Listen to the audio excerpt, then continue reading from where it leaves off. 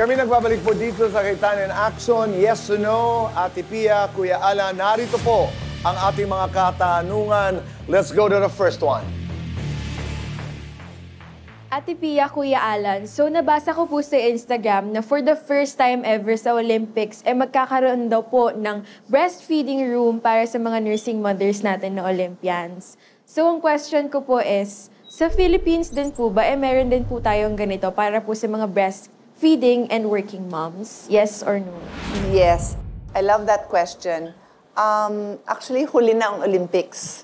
Tayo sa Pilipinas, 2009 pa lang, we passed a law, and it's proudly my law, wherein ginawa nating batas na kailangan ang mga private and public companies, institutions, provide for these breastfeeding or lactation rooms. Kasi it's more common na ang working mom, hindi naman common na dala mo yung baby mo pero magpapump ka. So I passed that law in 2009, way before the Olympics.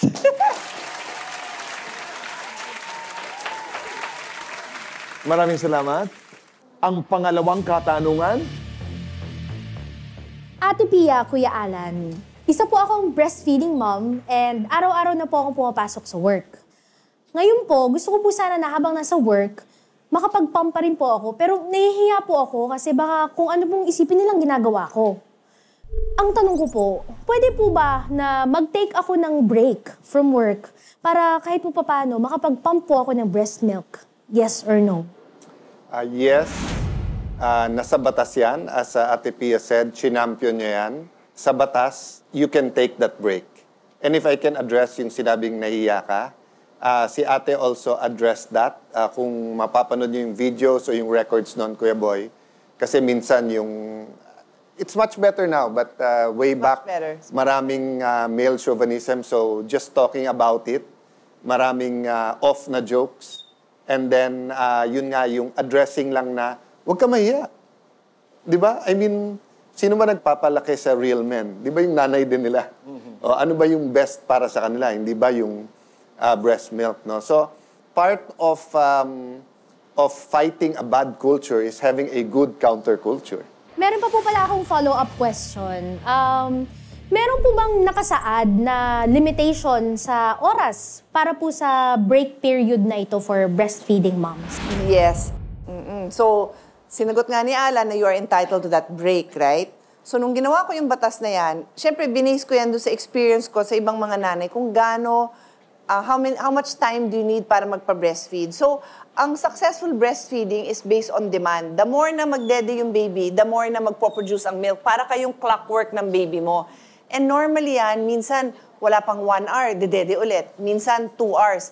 Pag maliit pa yung baby, mahaba na yung 3 hours. Masayang-masaya na ako as a mother na, ay, may matatapos ako, may magagawa ako pag umabot ng 3 hours. So, pagbalik mo sa work, sana ang gusto kong makuha ko as a mother. But by the time I made the law, by the way, hindi na ako nagbe-breastfeed, malalaki na yung mga anak ko nun. So this is from experience. Gusto ko sana, kung ano dapat talaga yung oras na kailangan ng nanay, syempre, for it to be effective. But lawmaking, just like anything is in life, is a process of negotiation. Ang mga companies naman, ang mga employer, aangal naman sila kung sasabihin kung bigyan mo ng 2 hours yan para mag-pump ng milk, no? Aangal naman sila. And paid yan, di ba? And paid, by the way, paid. Kasi nga, ang unang sasabihin, di sige, gawin mo anong gusto mong gawin, pero babawas namin. So, hindi, dapat paid yan. Kasi kalokohan naman yon if the work environment cannot support a breastfeeding mother. So, it's paid. It's 40 minutes.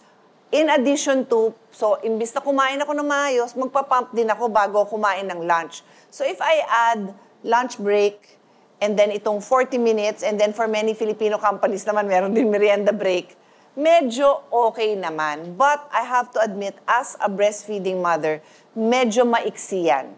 And I would hope that in due time, maybe ngayon ang panahon, dahil 2009 ko pa ito napasa, madagdagan naman. Kasi medyo hirap, pero makakasurvive naman. So 40 minutes ang paid break on top of your usual breaks to eat.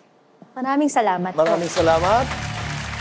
Kuya Alan, Ate Pia, napansin ko po nung nanganak ako na pagkapanganak ko ay sandali lang dinala si baby sa nursery. Pagkatapos, kasama ko na kaagad sa kwarto ko. So, yung mom ko po, napansin niya po kasi yun and sabi niya na hindi naman po ganun dati.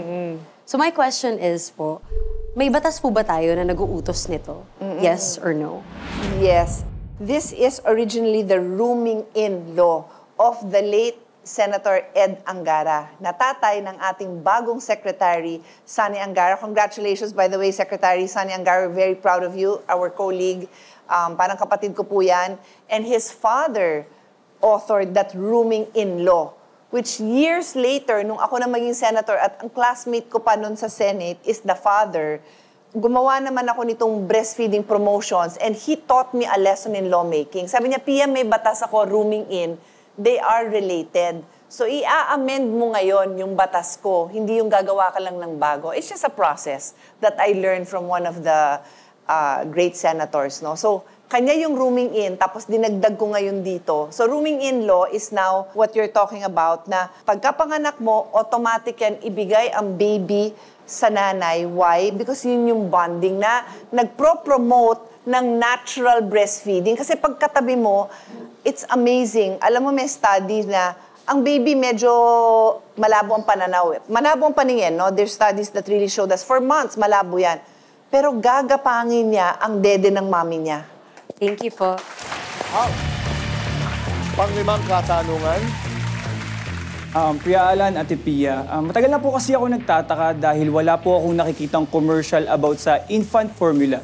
Eh, sinabi po ng mama ko, ipinagbabawal daw po ito. Tama po ba? Yes or no? Ako naman nagtataka na pinapanood mo talaga yung mga commercial, ha?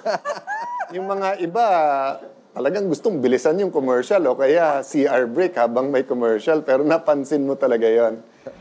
Yes, pinagbabawal talaga.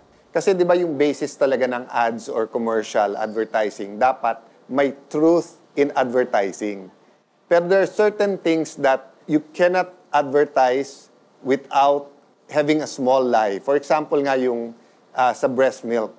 Kahit ano sabihin mo, it's best for babies. So kung ipapakita mo yung commercial ng isang gatas na ito best, kahit na meron kang 5 seconds na breast milk, it's still best for, malilin lang mo pa rin ang tao eh. Yun. So may mga advertising talaga na dapat ipagbawal precisely because it will not present the real truth to you. And the real truth in this topic is that the breast milk is still the best for babies and best for all of us. No? Maraming salamat. Igalang mo ang iyong ama't ina. Ito ang unang utos ng Diyos na may kalakip na pangako. At para naman sa mga magulang, kakampi natin ang batas sa paggabay at pagbibigay ng mga pangangailangan ng ating mga anak. Dahil ayon sa konstitusyon, the state recognizes the Filipino family as the foundation of the nation. Kaya punuin natin ang pagmamahalan ang ating bawat tahanan. At kung hindi ito nagiging madali, may batas tayong matatakbuhan para itama ang mga pagkakamali. Dahil tulad ng lagi kong sinasabi, doon tayo sa tama dahil sa batas, wala tayong kawalan. At dito sa ating programa, gabay natin ang bilin ni Kumpanyero Rene Cayetano. Kung may legal na kaalaman, mas mailalaban natin ang ating karapatan. Magkita-kita tayo muli next week dito sa Cayetano in Action with Boy Abunda.